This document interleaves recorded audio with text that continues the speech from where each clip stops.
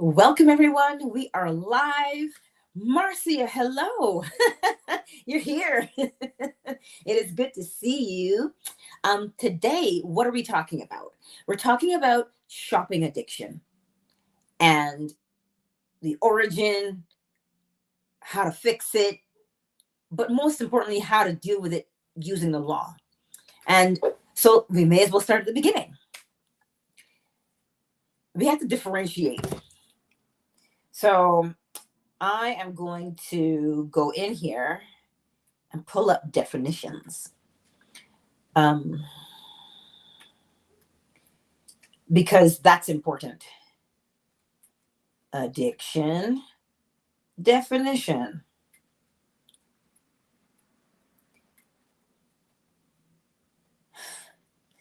That doesn't tell anybody anything.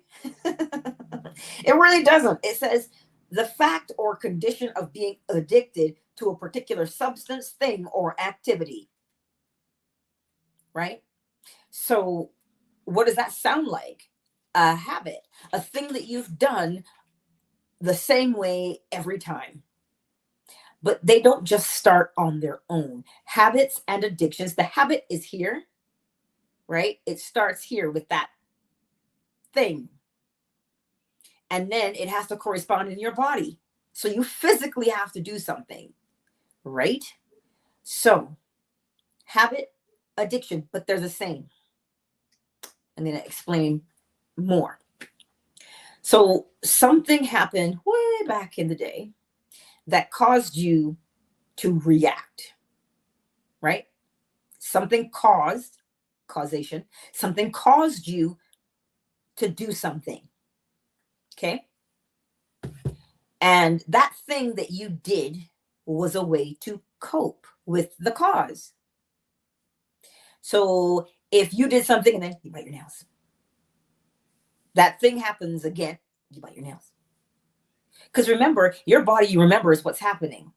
So every time you do that thing, you're doing it because your body does this beautiful thing. It says scanning, scanning, scanning. It's looking into the environment for things that are familiar. And the things that are familiar are going to trigger that response. Cause and effect. So when your body sees the cause or something similar to the cause, you will behave in that way that you've conditioned yourself to do. Now you end up with a habit. So, for instance, you want to feel better about yourself. So you go shopping to lift your mood. Science will tell you that's a dopamine hit, but the dopamine hit wears off really quick, right? It's a quick fix. So you go out and you shop just so you can make yourself feel better. Now you're at the mercy of that feeling because you want to feel better. You're going to keep doing that thing that makes you feel better. And you'll notice you keep doing the thing, it wears off faster. So you have to do it more frequently and you have to do it bigger and better to maintain a lasting effect, or a longer lasting effect is what you do with the shopping. So what is it that you did? You might not even be able to decipher what that original cause was, but you should be able to recognize when you're in it. Meaning, oh, you know what? I'm just going to go to the mall. I'm just going to do online. If you catch yourself when you are doing the action, now you can do something about it. Because you're going to recognize, you know what? I feel this way right now. I feel this way and I am compelled. So that's why you do it. You feel that way because you're compelled. Let me just make sure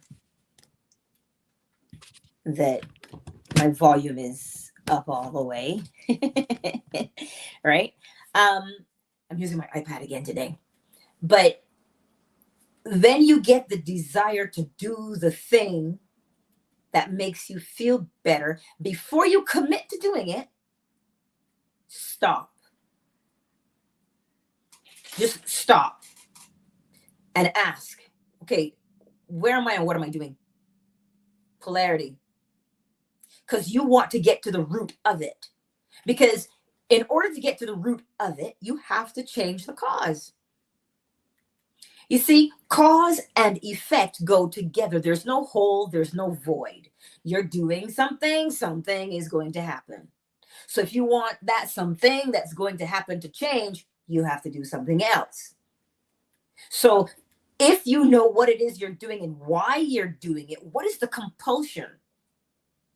Now we're going to get into the body in a minute. What is the compulsion that drives you to do what it is you're doing?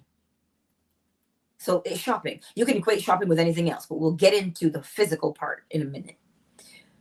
If you stop before you commit to doing the action of shopping, right? And you ask yourself, why am I doing this? How do I feel right now? By stopping and asking, hello, Agnieszka, it's good to see you. By stopping and asking yourself, how do I feel?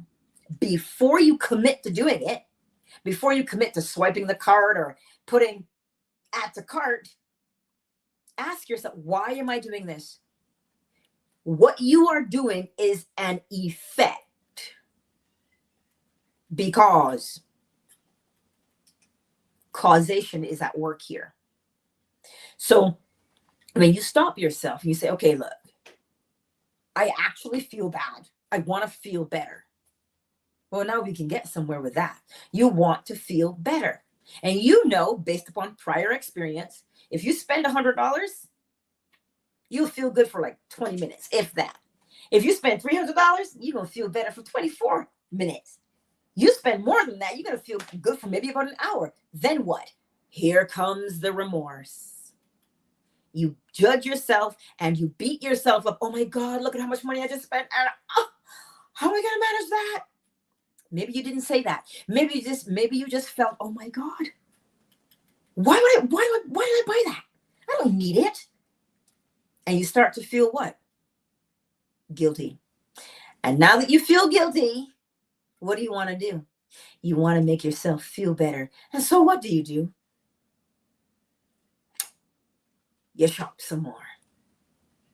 So you see, it is important to understand why you do what you do. You don't just do it. You must censor the self by observation. You stop what you're doing, right? And the reason you do that, if you catch it and you recognize that feeling that drives you, you'll begin to recognize, hey, this is just a feeling. This feeling is coming from somewhere. Why do I feel that way? And you begin to examine it and unravel it. And then by the time you're unraveling, you don't spend the money because you now understand why you would do it. Now, here's the difference between shopping and a substance. A substance actually is going to involve a physiological response in your body. A high. That high is slightly different from the shopping high. They're the same, but they're different. Because you're still going to have to go through the withdrawal, which is that guilty feeling of having done the thing in the first place. And you beat yourself up, you feel bad, and then you do it again. So you can make yourself feel better. You feel bad, you beat yourself up, you do it again so you can feel better. There's that scripture that comes to mind in the Bible where it says you will be turned over to your desires. It's not that you're turned over to your desires because somebody is God is punishing you for being bad. That's not what it is. It is that the habit you create must always be satisfied. It must always be satisfied. Always. So the more you do it, the more you have to do it. That's why if you take the time to look at what it is you're doing before you commit to doing it, right? Because you've been doing it for a while. You've been doing it for a while now. That's why it's a habit. Every time a particular thing happens that triggers, that's your go-to. Cause and effect. So if you watch yourself, you will see the cause. And then you will realize, oh, that's why I do what I do. Well, I don't want to do that. I would prefer. And then you begin to create a new way of being just by recognizing that. That's how you do it mentally for shopping. But if there's a substance involved, you have to take into consideration both of those things. This is why I enjoy my bestie, because she's so knowledgeable about addictions. You see, when you have a physical substance addiction, you have to take into account the way your body is going to respond, from their heart rate, breathing, you sweat, right? Then there's a substance involved. When you are in the throes of that substance, you are no longer in your right mind to think. You're not. It affects the way you think, right? So when you want to overcome, the same way you want to overcome the psychological, you now have to combine the psychological with the physiological, the mental with the physical. So if you have a substance and you say, look, I can't do this substance anymore because it's not helpful and it's ruining my life. When you get that decision made, when you say, listen, I don't like how I behave with this, so I'm going to have to find another way. Right. You now have to think about, what do you like doing? Because you have to replace it. You don't just stop doing what you're doing. You have to replace it with something else. Why? Because every cause has an effect. You can't have an effect without creating a cause. You can't have the cause without creating the effect. So if you want to change what you're doing, you have to change the cause. So if you want to get healthy, you decide, I'm going to get healthy because I'm going to replace this thing with this new way of being. I'll give you examples in a minute. But if it is a physical substance, you have to take into account that the body has been affected. So when you make the conscious effort to change, now you have to physically detox the body. Why? Because as my bestie taught me, those chemicals that you have taken for such a long time are stored in the body. So you're saying, well, I'm getting healthy and you're working out. They're being released all over again. They're being released all over again, and you may as well have taken it, right? So if you're going to replace a substance addiction, you must have professional and medical assistance. Why? Because when you're detoxing the physical body, right? Heart rate is affected, lungs are affected, filtration, liver, kidneys, all of that is affected. So if you're detoxing without assistance and something happens and you need to be resuscitated, that's why you don't do it unassisted, because the body needs assistance, right? Now that you know that, you put the two things together, because you have to mentally prepare yourself for the outcome. You say, I want to stop doing this and replace it with this instead. And I know that the minute I stop doing this, my body's going to do this. I have to be prepared for the withdrawal. If you are psychologically ready for the withdrawal, meaning you know that this is going to be some work, this is going to be some pain. You know this, so you prepare yourself for it. Your level of success is going to be greater because you know what to anticipate, and you know it's not going to be a cakewalk, and you're willing to put in the work, right? Because I've never been addicted to a substance, so I can't tell you what withdrawal is going to be like, but I can tell you if your mind is in the right place, your body will comply with you because it is the law of correspondence. It's going to be hella hard, but if your mind is right, it's like getting into a cold plunge. You're looking in that water and it is just ice chunks everywhere. And you know it's going to hurt. So what do you have to do? You have to psych yourself up. Listen, you have to psych yourself up. You have to get your mind right before you put one toe in that water.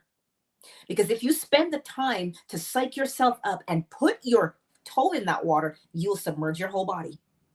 Oh, it will be cold, yes. You're going to be like, I must be mad. But you have psyched yourself up to anticipate what it will be like. You see, we already do it, And then we jump to the worst case scenario. We are already psyching ourselves up for what we think the outcome will be. So to relinquish an addiction to shopping or eating, whatever, you have to determine right here, okay, I'm going to replace this with this. So that means now you have to put yourself in a position to be prepared. Do you have adequate food in the house? Do you have recipes that you can rely on, things that you enjoy?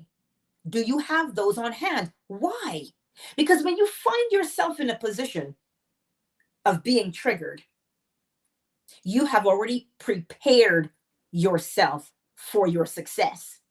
Meaning you say, instead of spending the money on that, how about I open up some kind of an investment account? There's Robinhood in the States.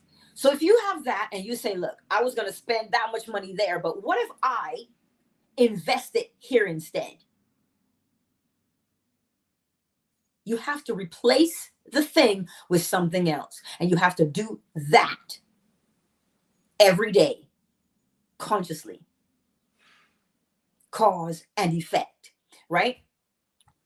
Because I'm reading my notes. Because these things start off innocently.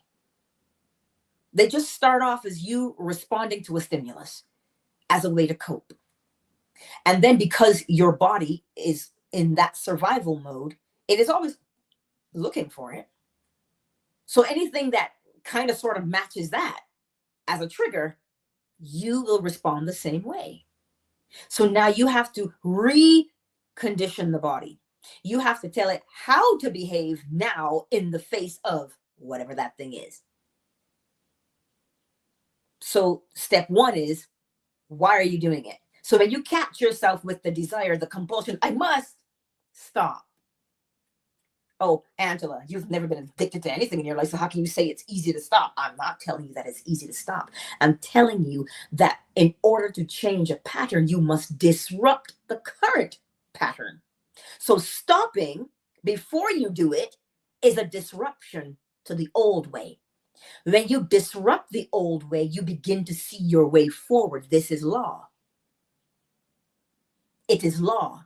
So because you are in a unique position, because you are living it now or you're going through it, you are in a unique position to put the theoretical into practice. That's what you're in a unique position to do, right? You first identify the pattern. You identify the pattern when you hear things like, why do I keep doing this? Because when you do it, you get that rush, you get that high, you get that feeling. But when you come down, you feel guilty.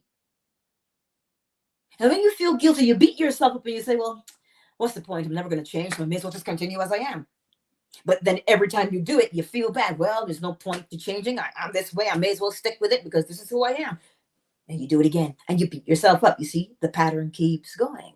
You haven't changed the pattern. So to change the pattern, stop before you commit to the activity. And when you stop yourself without judgment, everybody has something. Some watch TV, some cook, it doesn't matter what it is. It is a go-to. It's just that some things are less destructive than others. That's why you don't judge what it is you're doing. So what if you eat? So what if you shop? There is no judgment there. What there is a recognition and an understanding for your condition, empathy for yourself. Look at yourself and say, oh my God, I don't want to do this. I want to be better and I want to do something else. So then that other voice comes and says, really? Oh, you think you have what it takes to change? You're going to listen to somebody who's never been addicted to anything a day in their life and they can help you? Good luck with that. Your therapist? Oh, you're going to do 12 steps? Oh, God is going to see you through? Even after God said, oh, I will turn you over to your desires. You see that? See, when that happens, you have got to be strong and say, oh, I see what that is. That's called guilt. That's called shame. And guilt and shame ain't never helped nobody before. So when you hear it, you don't give in to it. You don't succumb to it, but you recognize it for what it is. It's natural for it to be there. It really is. So when you recognize that it's natural to be there, now you say to yourself, I hear you, but I have decided that I'm going to change. I see where I am and what I'm doing, and I see where I want to be, and I see what I want to be doing. So I'm going to get up, and I'm, as challenging as it may be, I'm going to get up, and I'm going to do it. Oh, sure, I may fall off the wagon, but I am now more prepared because I saw what I did. I saw my misstep. I saw where I doubted myself. I saw where I gave in to the negative self-talk. I saw that. But I'm ready. And that's how you talk yourself through it. Day in and day out. There is no time to beat yourself up about it. Because then you haven't disrupted the pattern. You're reinforcing it. When you beat yourself up, you are reinforcing your old behavior. Because how do you know you're reinforcing it? You'll go and do the same thing again so you can feel better. It is law. Every cause has its effect. There are no feelings attached to that. We give things feelings because we're human. And we have skin, so we touch, we feel. But now you have to rise above that and recognize that you have value. And if you want to change, it is well within your capacity to do so. When you look at the change that lays before you, set yourself up for success. How do you set yourself up for success? By recognizing that the minute you say you're going to change, you've already succeeded. Of course you have.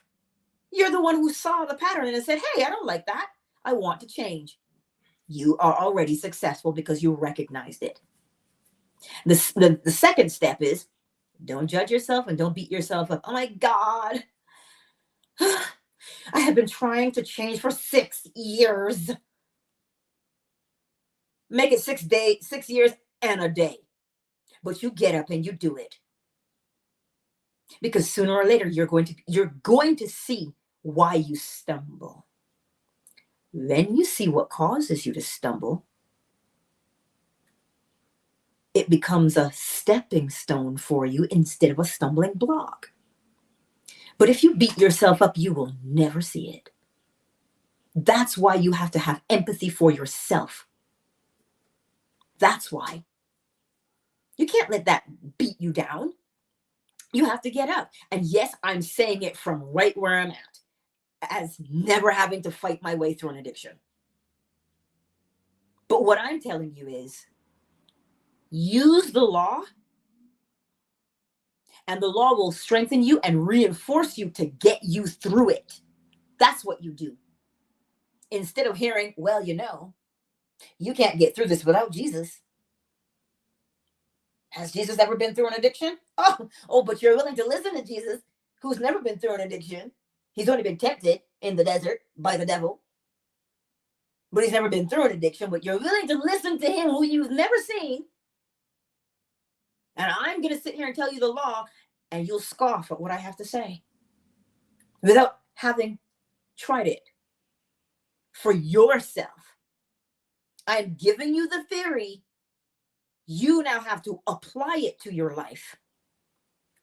So identify your habit, identify the pattern. Then you identify the pattern, question, why do I do this? What causes me to do this? Causation, cause and effect, right? Then you identify the cause, or AKA the trigger. Do your best to be prepared, which means if food is the issue, do not allow yourself to become hungry, and don't allow yourself to become bored. Give yourself an activity to do. Recognize why you do what you do. Same thing for shopping. Don't allow yourself to just, some people put their cards in the freezer. That's a good plan. Because what does it do? It gives you time to stop. It gives you time to stop because you've recognized what your trigger is so that you can prepare. You know yourself. Prepare. If that means you do a meal delivery service because you're not really skilled at cooking, well, then plan that out and for what it looks like. Make room because you like sweet things. Make room for those. It is everything in moderation. And if you say, I can't have that in the house, because if I have it in the house, I'm going to eat it all. If you say that, you have to now ask, why is that? And now you have to also ask yourself, can I do this? And the answer is yes. And I met this lady once. I had gone to pick up something from the store. And oddly enough, she's a recovering alcoholic. She owns a liquor store and she works at the liquor store. What does she do all day? Sell alcohol. And she's a recovering alcoholic? Yes. You know what? Because I guess I have that face. Everybody wants to tell me their life story. But she said that to me. And I said to her, well, I commend you because the average person can't be around alcohol at all. She said, I can't ask my friends to conform for me.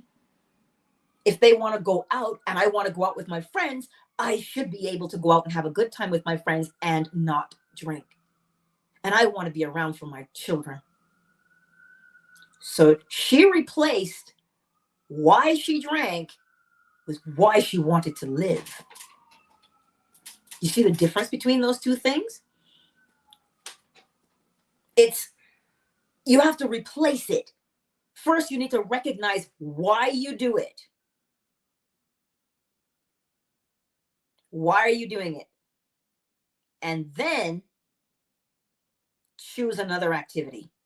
But that's too easy, Angela. No, it isn't. Every cause has an effect. You're going by way of law. You want to bring about a different effect, which means you want to stop doing something. What do you want to do instead? Because you can't have a void. Ruby, I'm struggling with a smoking addiction, but still using a law to seek a new replacement. Okay, I see that Mixed Genre has given a suggestion there. Aloe vera gel with your water, and you drink that every day. So now, instead of smoking, have aloe vera water.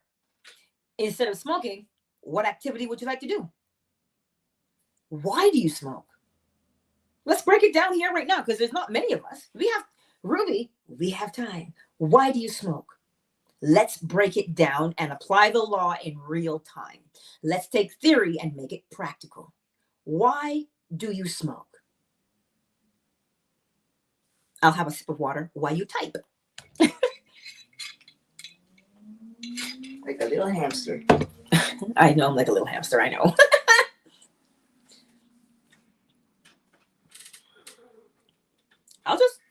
I'll just wait for you, because we're going to do step one. You recognize the problem. Every problem has the seed of a solution in it. You're doing something you don't want to do. What would you like to do instead? First, identify why you do it. because the smoking is the effect. If you can recognize the cause of that effect, you can change the cause to change the effect. Okay, all right. So you smoke as a way to cope. So smoking calms your anxiety? Is that what you're saying?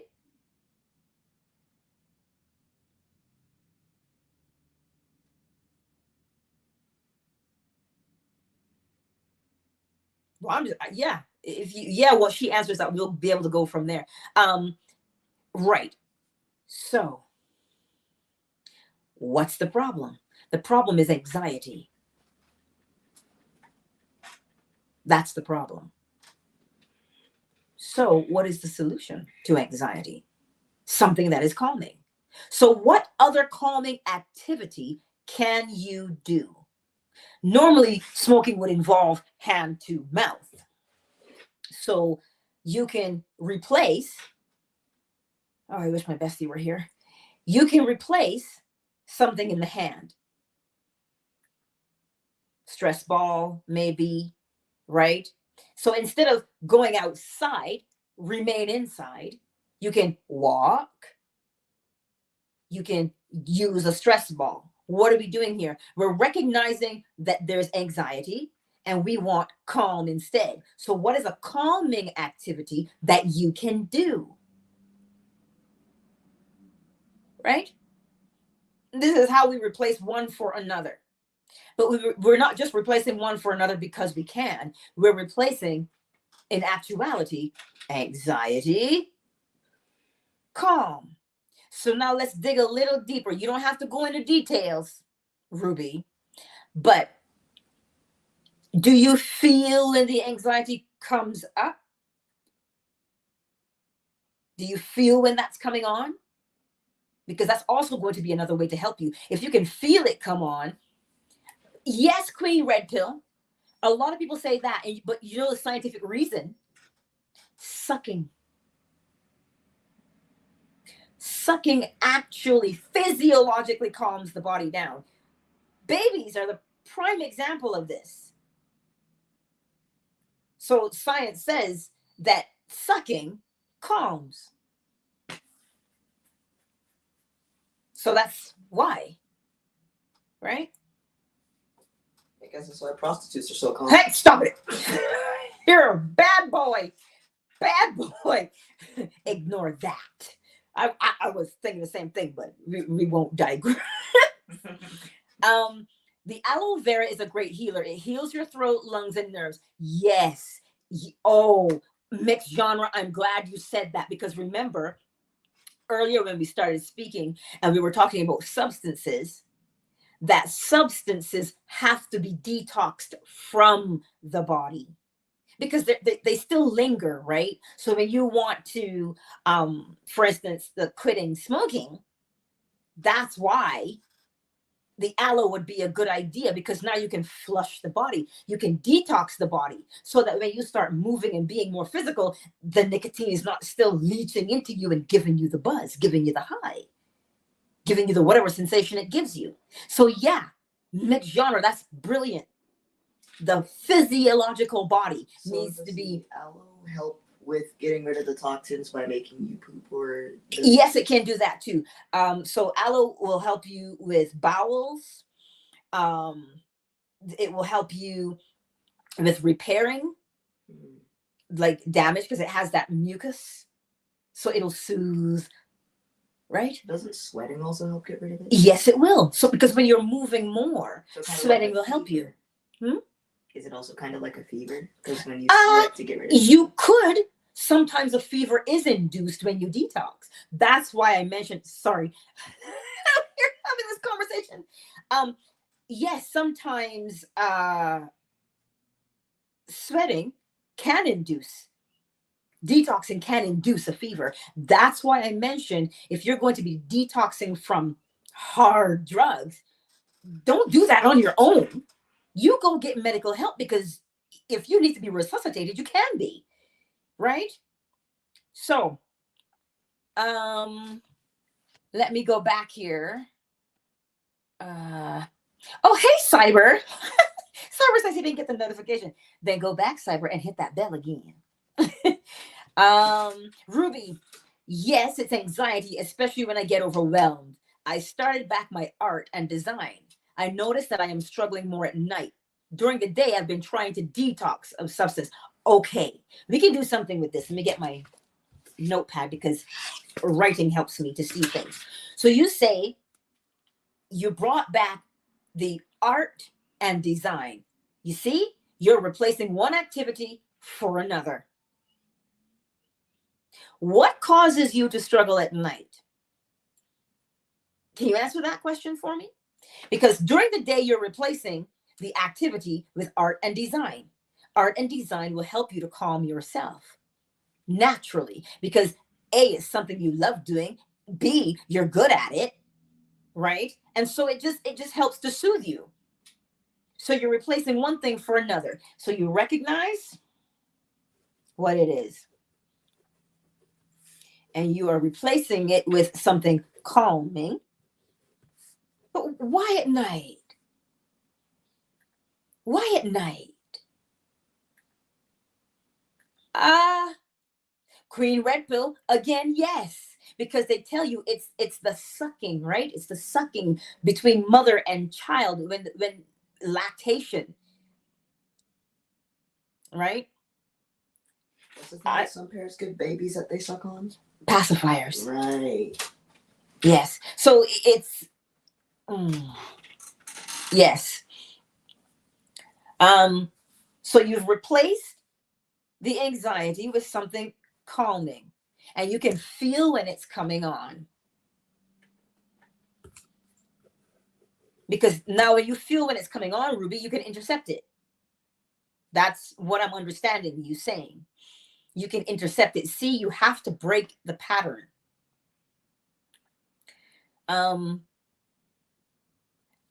Queen Red Pill. Dick Gregory said that death is the ultimate relaxation state. Well, for the physical body, yeah.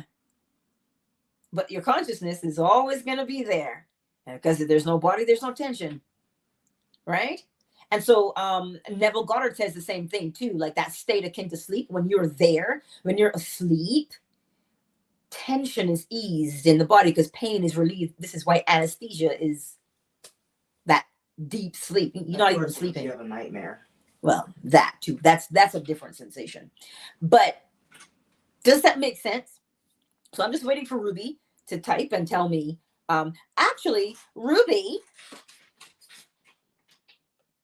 let me know, Ruby, if you would like, because I'll just bring you up.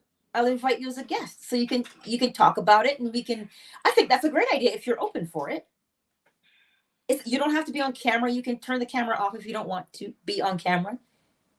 I'm trying to make it as easy for you as possible because I understand, right? And we're looking for these real world solutions by way of law. So let me know.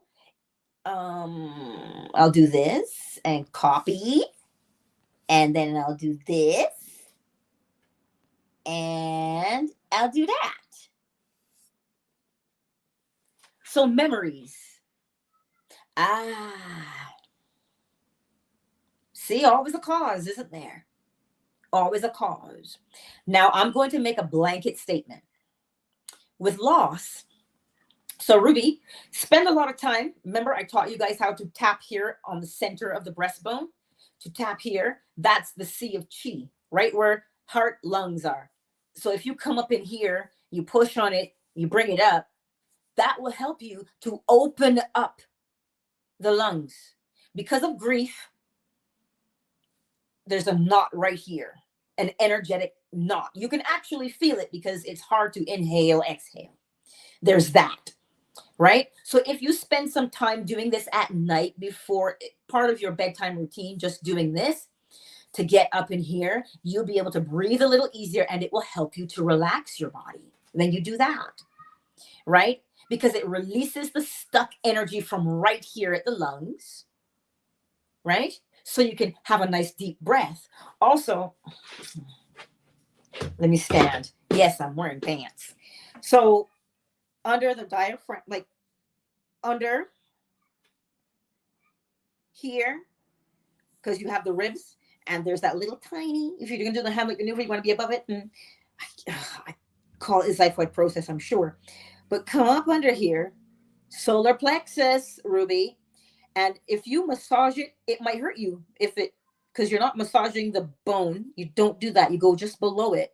And if you're rubbing there, you put a little pressure on it and it hurts, then we've got chi stuck there. So Ruby, I want you to practice that for me.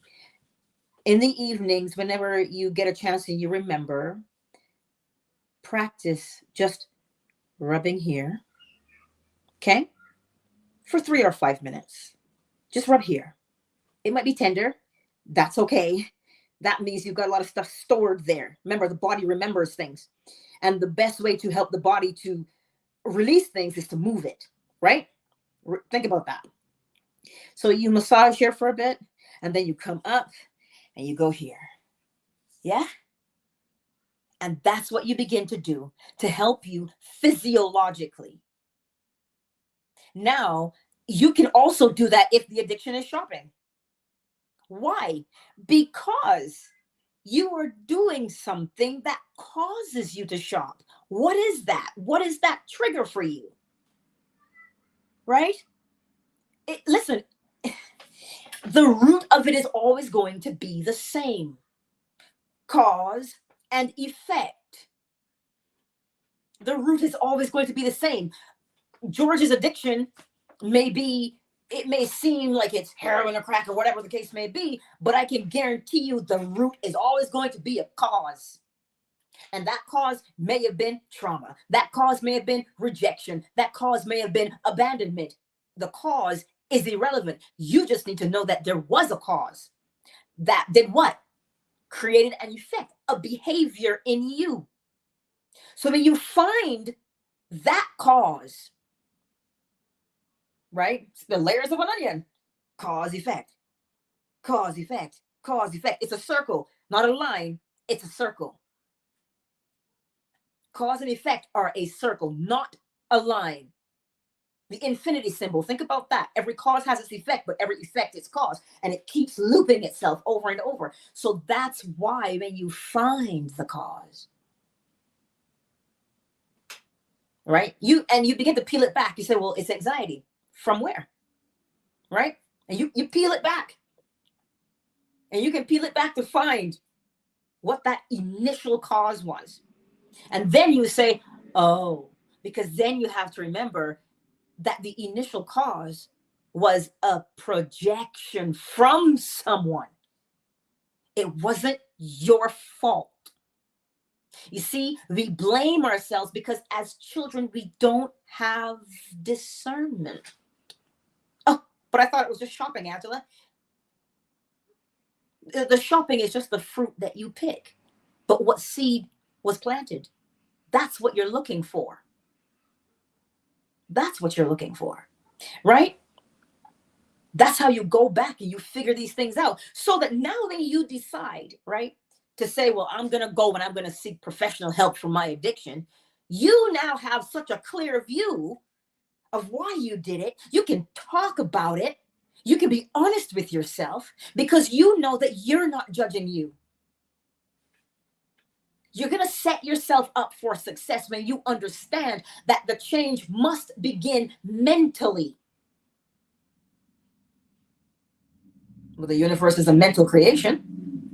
So you want change, you have to change mentally, and your body will comply and it'll tell you what to do. It'll bring people like mixed genre into your life who knows all these herbs, and she'll tell you, well, this herb, try this one out. This is known for dealing with that.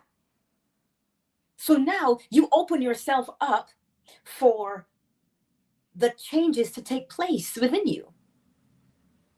And it especially goes a lot easier and smoother for you when you're honest with yourself without judgment. Because all the way back there, when you get that initial cause, you'll recognize that it really didn't have anything to do with you. It was just somebody's projection. You happened to be in the way and helpless because you were a babe in arms. Right?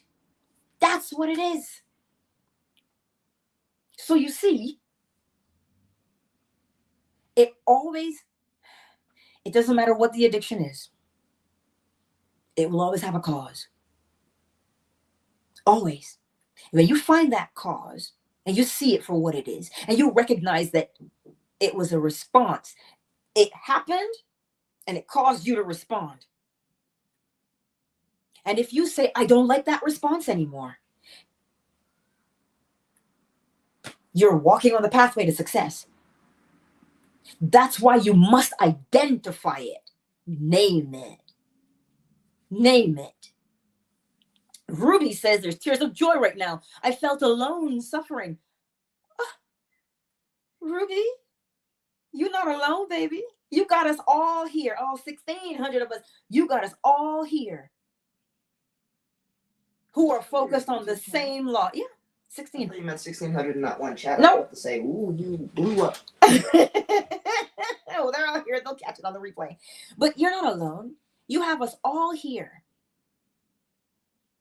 You have us all here. Just like Cyber and Mixed John were talking to each other about 2,000 subscribers on her channel, right? She didn't think he had noticed. Listen, you're not alone. You aren't. The law unifies us all. So it is only the judgment that separates. When we feel ashamed and we say, oh, they're going to judge me. I'm such a bad person for this habit.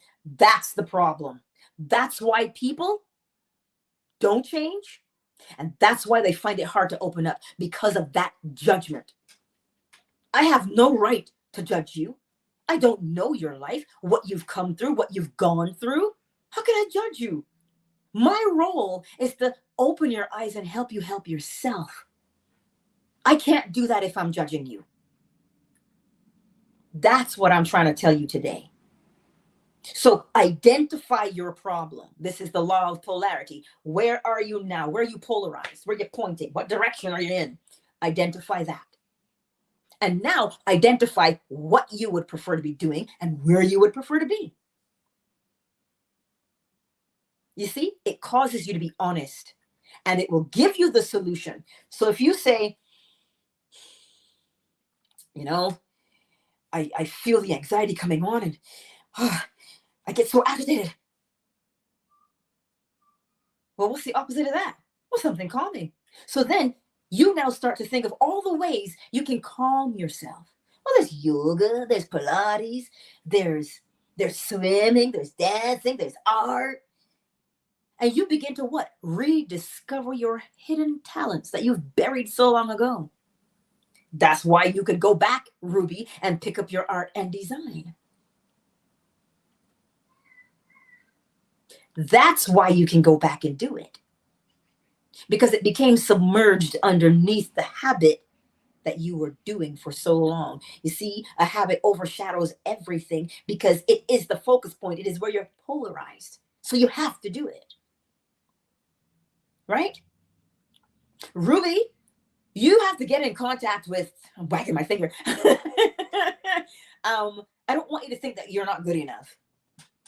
Because sometimes we get like that, you know. You do art and design, because I remember you saying you needed someone to do some artwork for you. When I'm now discovering that you do artwork, Ruby, that's the side eye.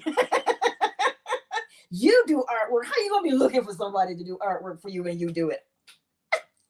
So I want to connect you with someone who's looking for artwork, because she doesn't do artwork like you, because she doesn't do artwork at all.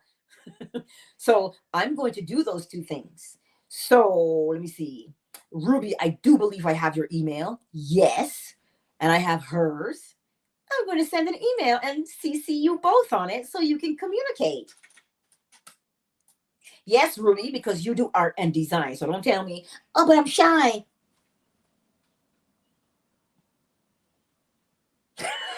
That's the look, Ruby. You're shy. Please stop. So am I. Like, really, I am shy too.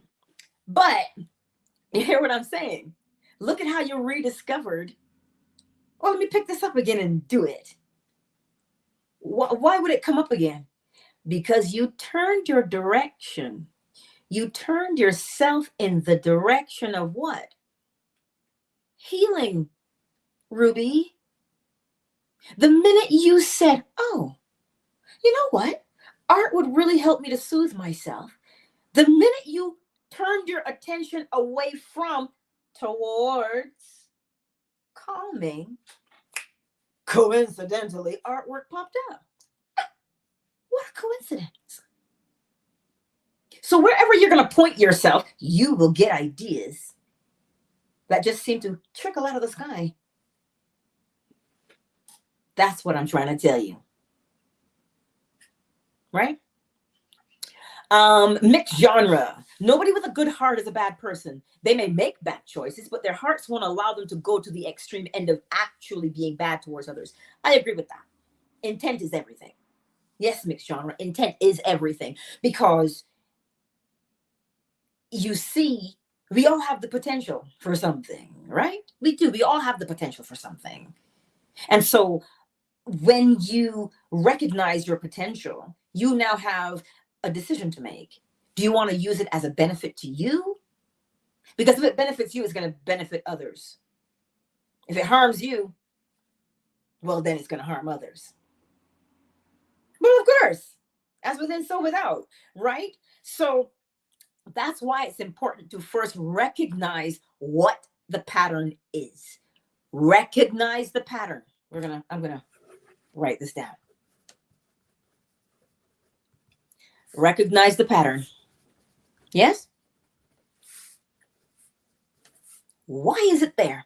What causes you to do it? So what causes the pattern? What causes you to do what you're doing? And once you identify that, what's the opposite of it?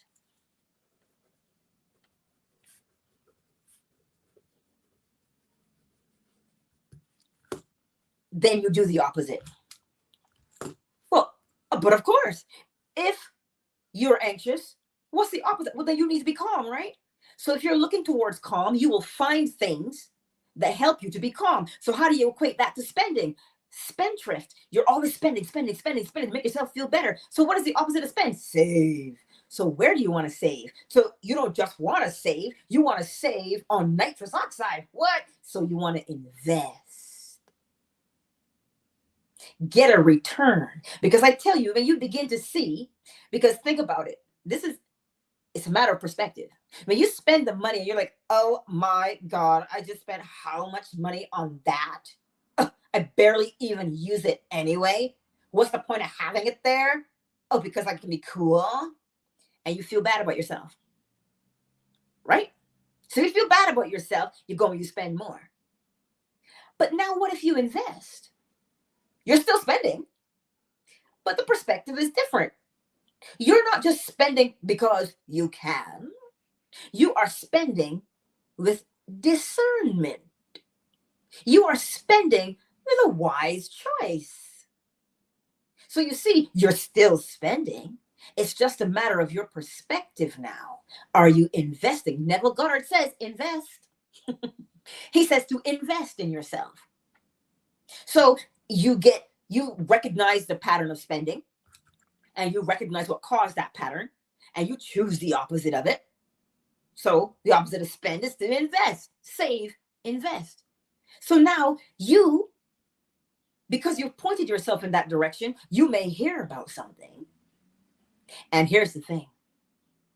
Then you begin to use discernment and you invest. You won't invest in fly-by-night schemes. You know why? Because they're hard and fast. A fool and his money are soon parted. So how will you invest? In the long term.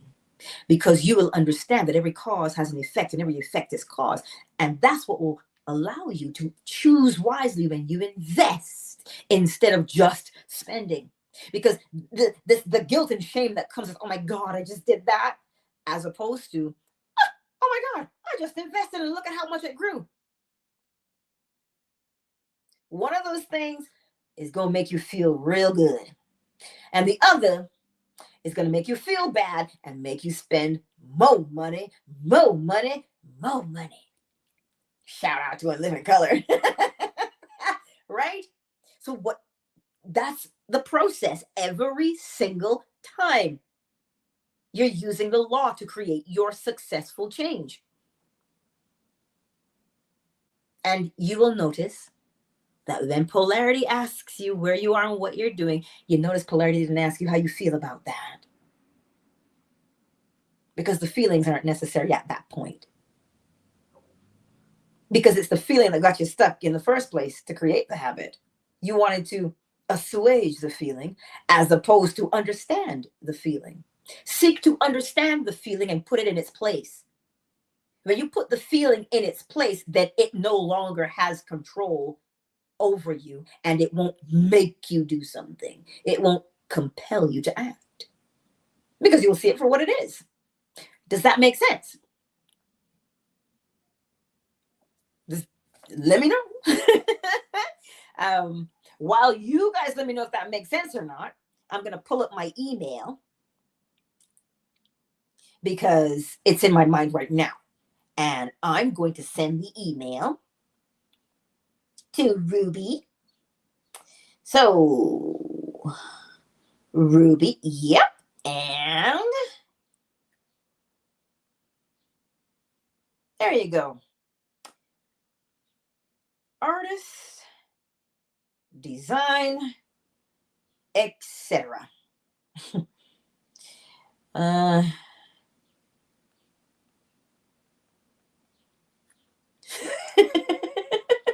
Like I gotta do the email because I just said I would do it.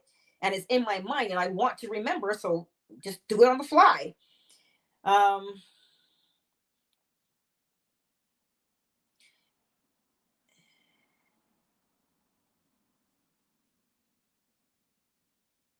Slash artist. And Ruby is just that.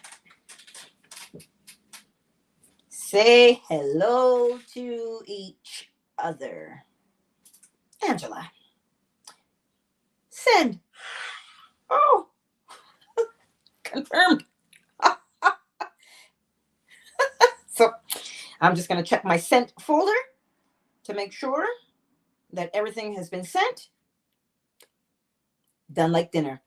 Check your email, Miss Ruby. Cheryl, check your email. Communicate. Okay. Because, like I said this morning, right? We don't see how far-reaching those effects are. Right? We don't see. It's not that you had to go through the trauma to get yourself here. That's not what it is. It's that was a cause that created an effect, that created another cause, that created another effect. Thus, you ended up here because you're following the string. You're following the string of causation, thereby destiny. You're just following causation, right? And so you didn't have to go through what you went through. It just so happens that you did go through it. And now look at here is where you're at. I trust that you begin to see that these things that happen to us in life are not punishments, even though they may feel like punishments in our lives. Think about that for a moment. We do things because we feel abandoned. Well, my mother didn't want me, my daddy didn't want me, then nobody does. If they don't, who will? That, they may have done it, but though your mother and father forsake you, the law will take you up. Scripture. Why would the law take you up? Because so long as you align with the law, you will begin to see who you are and your value based upon the law, not upon the attitudes of others. And that is what is most important.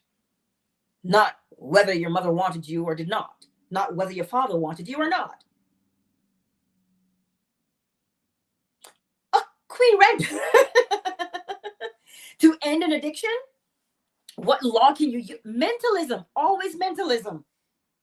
You decide that you want it to end. That is what you do. You make that conscious choice that you want this addiction to end. So if you want it to end, what do you want to start doing? Because you notice there's never a lag. You understand? There's cause and effect, round and round it goes. So to end something, you have to begin. Everything that has an end. No, everything that has a beginning has an end, Neo. That Matrix, right? So it's not that you are ending something, you're beginning something. Perspective. So apply the law of mentalism. Know what it is you want.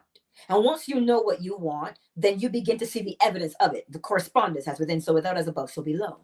Because everything moves. And it's going to move from where it is to where you're going. Polarity. So when you see and you make that decision, you've now polarized yourself in the direction of doing something new, creating a new habit. Does that make sense? And so when you see that you're creating that new habit, you're creating a new cause. Thereby, you're going to have a new effect that's going to make you do something else. Cause and effect over and over and over again. See?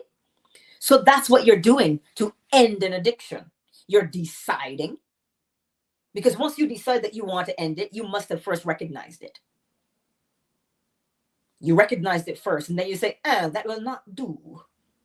And you decide what will do. That is how you apply the law to it. You must know what you want. And you know what you want when you see what you don't want, right? You see where you are now, then you can decipher where you want to be. Polarity. That's how you're using the law every single time to change. Does that make sense, McShonra? Oh, Queen Red Pill. It's just that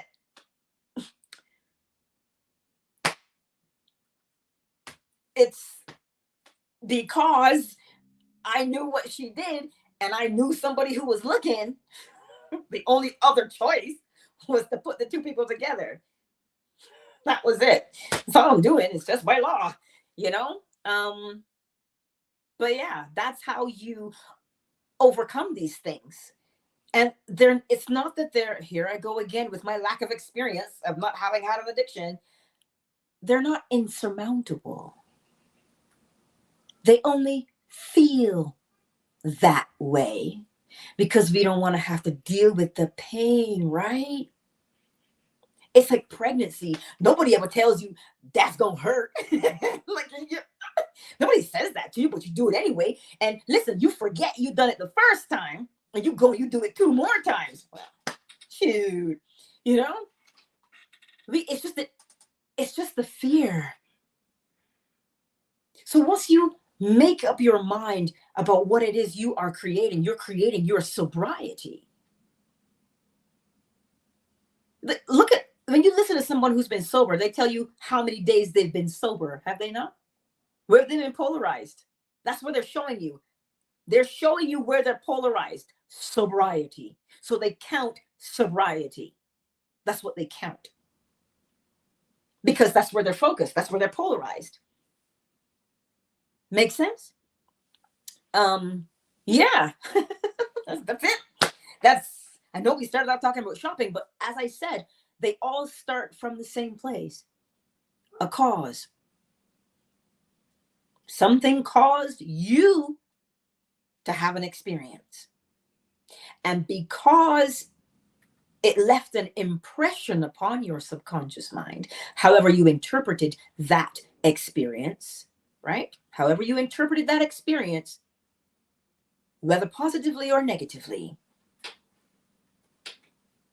you continue to do it based upon how it makes you feel. Mixed genre. The new habit or effect needs to be repeated. Yes, you have to do the new thing over and over and over because you say you're a new person now. So how does a sober person behave? Well, you got to behave like a sober person every day. Or else how can you say you're sober? You have to behave like a sober person every day. So you have to do the new behavior, creating the new habit of sobriety. Right? Hey, Marcia. I see you.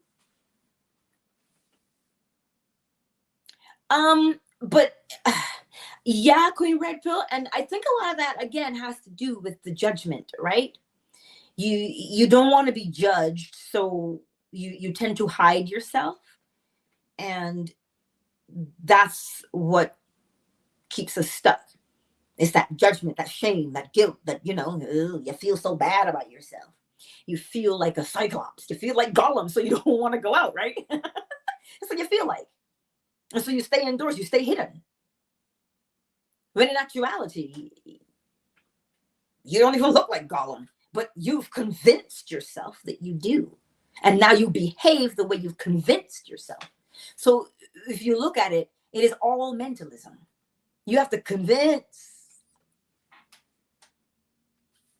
right? You have to convince yourself of something. Whether that thing is good, bad, or indifferent is up to you. What you're going to convince yourself of. And we've spent so much time convincing ourselves that we're so unworthy, right? That we behave as if we're unworthy. And then we say, oh my God, everybody treats me like I'm unworthy. Yeah, because you believe you are. And you behave like you are. So they can only do the next obvious thing. And that is to comply with your projection. Anywho, does that make sense? Don't want to keep you any longer than I need to. But, oh, was that my stomach? Yikes. Somebody's stomach is growling somewhere around here. Was it mine? I think it was mine because I felt it. It was like, oh, Lord. Haven't eaten anything yet, have you? I did. I had that dragon fruit. Oh, it was tasty. I told you guys I was going to eat that dragon fruit. It was actually quite tasty. I ate half. And Mitch Genre says she feels like Samson and never Delilah. I understand what you mean. But feeling like Delilah is not a bad thing either. Why is that? You give yourself what you want. That's what you do. That's what Delilah did. Every time Samson said something, she delivered. It's only a matter of perspective. So you see, it all comes down to mentalism, because truly there is only one law. Really, there's only one. But you break it into bite-sized pieces because we're like penguins, right? And so that's how they do it. They break it down to the smallest particle so that it's easily absorbed. Thus you say 7. But it's just 1. Yeah?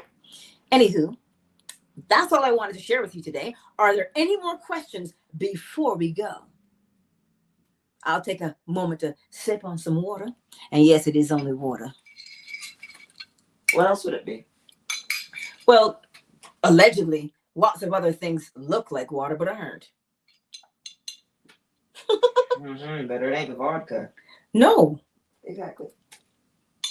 It's just water.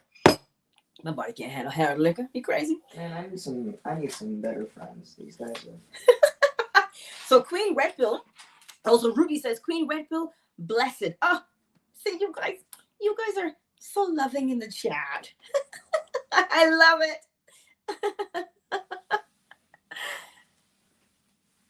Yeah. So you see, if ever you come to a live, next chatter, that's unpredictable. Because you can see my rhythm, can you? Yes. So you see what she said? She said she knew it would make me laugh, so she created the cause and got the effect that she set out to achieve.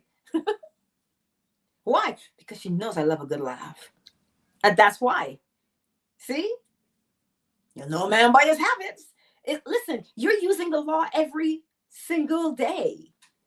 And that's why I'm trying to tell you, it's not as complex as we think it is. It's just that we've convinced ourselves and we've heard, oh my God, living is so hard. But in actuality, just apply the law and you'll see how easy it is. So you see now, it doesn't matter what thing you want to accomplish. If you want to accomplish your sobriety in any way, apply the law and you will get there. And that's why you can't force anybody to be sober. You can drag that horse to water, but you can't make them drink. because they have to make that mental decision to say, I'm creating change. Oh, look, there goes a Harley. He's just making all that noise down the street like he owned the road. But does that make sense? That's why you have to be the one to create the change for yourself. And when you're creating the change for yourself, then you banish the fear and the doubt and the worry. Right? But of course, I know some people will still say, well, Angela, when you have struggled and clawed your way through an addiction to sobriety, well, then maybe I will listen to you. To that, I respond and I say, all's well that ends well. What am I going to tell you? I can't make you listen. I can only entice you to listen and apply the law for yourself so that you can try to prove me what? You ain't trying to disprove me. You're trying to disprove the law. Good luck with that. Right? So you don't have to force anybody. You don't have to force yourself either. It's a pleasurable thing to want your sobriety. It is. Who wants to languish? Really? You see what I mean? Everybody wants to feel the peace of mind and the pleasure. Nobody wants to languish in pain. So relinquish that today and apply the law to your sobriety. Recognize your pattern and then decide if that pattern is good enough for you. And if you say, it's great, I'm going to keep it, as you were. But if you say, no, this is no longer working for me, then what would work for you? And how would that new person behave? Then do that.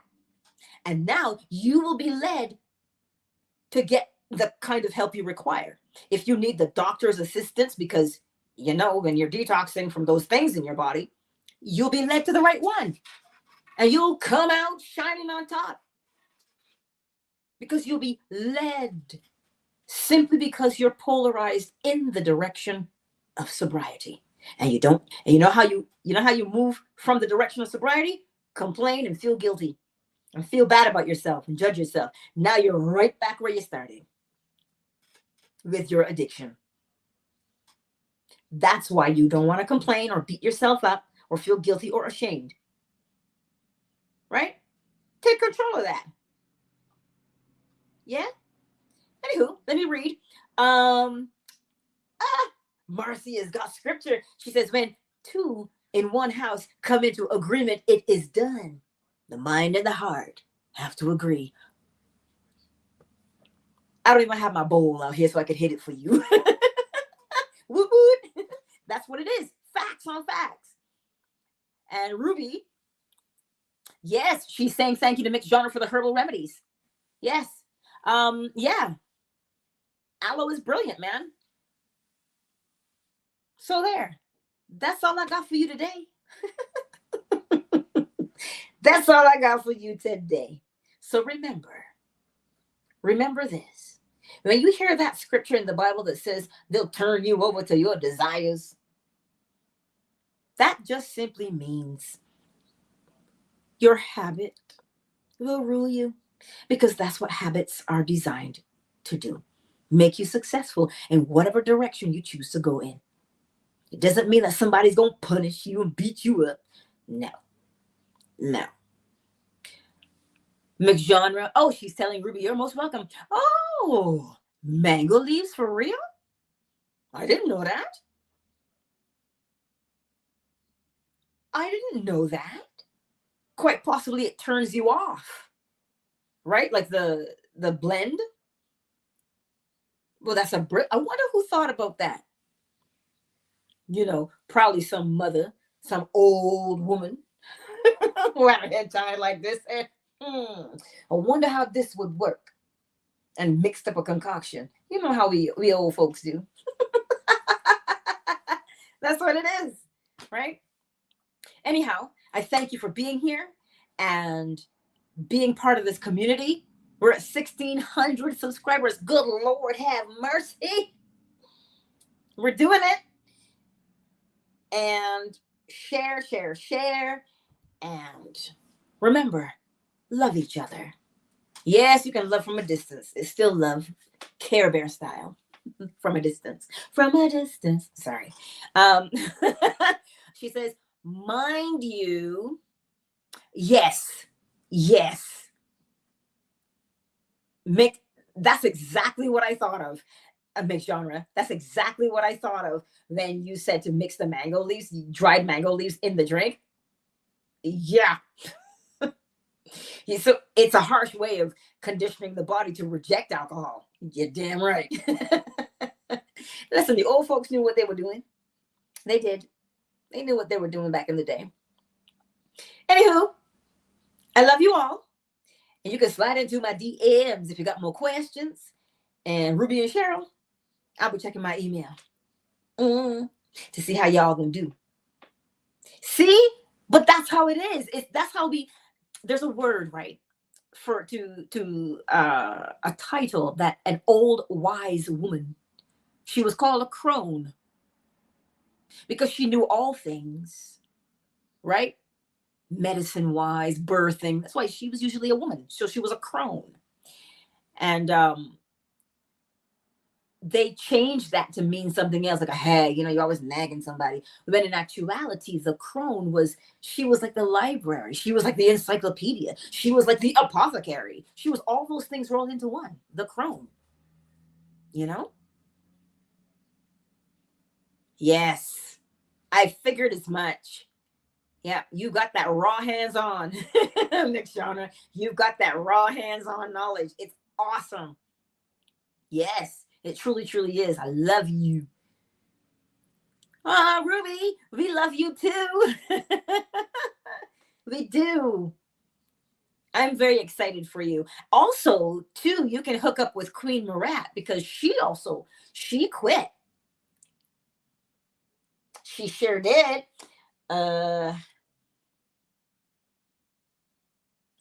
Yes, I'm trying to decide which is the best way to have you two communicate. Let me think about that. The best way. Yeah, because she also did quit smoking. So she's a good one too. Right? She's a good one too to give you that hands-on. Yeah. I'll drop her a note. Okay? As soon as I log off, I will drop her a note and so you guys can communicate. Okay. Sorry, I couldn't help myself. Anywho,